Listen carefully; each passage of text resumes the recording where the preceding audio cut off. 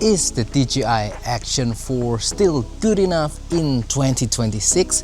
Do you need to upgrade? Let's find out in today's video. Hey friends, Gary here. Welcome to today's video. Today I want to share my thoughts, experience and observations of using the DJI Osmo Action 4 in 2026 and why probably if you have this camera you shouldn't upgrade to the newer Osmo Action cameras just yet. And to do that, I'm going to record this whole video with my DJI Osmo Action 4. So I bought the DJI Osmo Action 4 back in 2024. I want an all-in-one video camera that can handle many different kinds of situations. For vlogging, like what I'm doing right now, talking to the camera, and also for submersible water activities when I'm swimming, and also for POV photography vlog. And so far, the DJI Osmo Action 4 worked really well. It was able to consolidate different cameras that I already owned into one single package, and I'm quite happy to use it. The results, although not the best of the best, is still more than good enough for my hobbyist needs.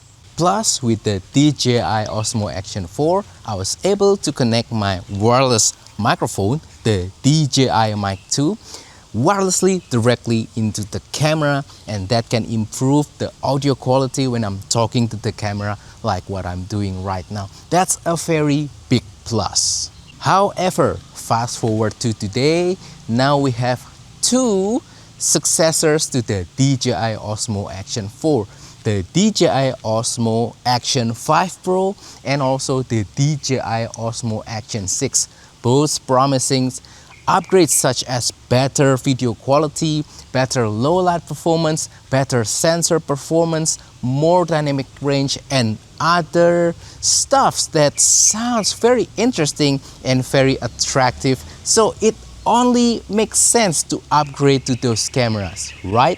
However, I think the DJI Osmo Action 4 is still more than relevant today. I mean, look at the image quality. Well, granted, yes, I'm shooting in 1080p right now, not in 4K, and I'm not using D-Log M or anything, just the normal standard color profile. But for me personally, as a hobbyist, everything just looks nice. I'm quite satisfied with the image quality of this particular camera. Check out some B-rolls that I recorded using this camera right now. Enjoy some little montage that I create. And I personally think, yes, they look nice.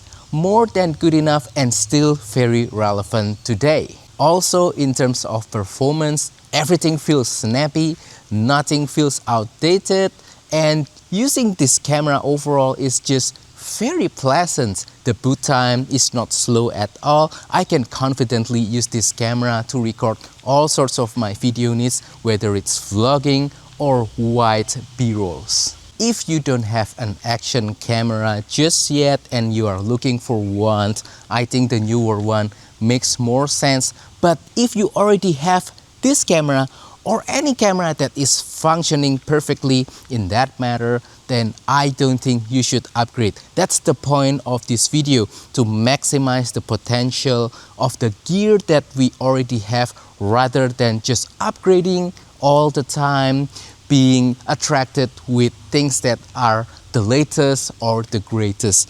I mean, nothing wrong with upgrading. Once in a while, it's fun. It can give you a little bit of boost in terms of performance or maybe image quality. But most of the time, we don't need that. We just want that. We need to be able to recognize need versus want. I think that is very important.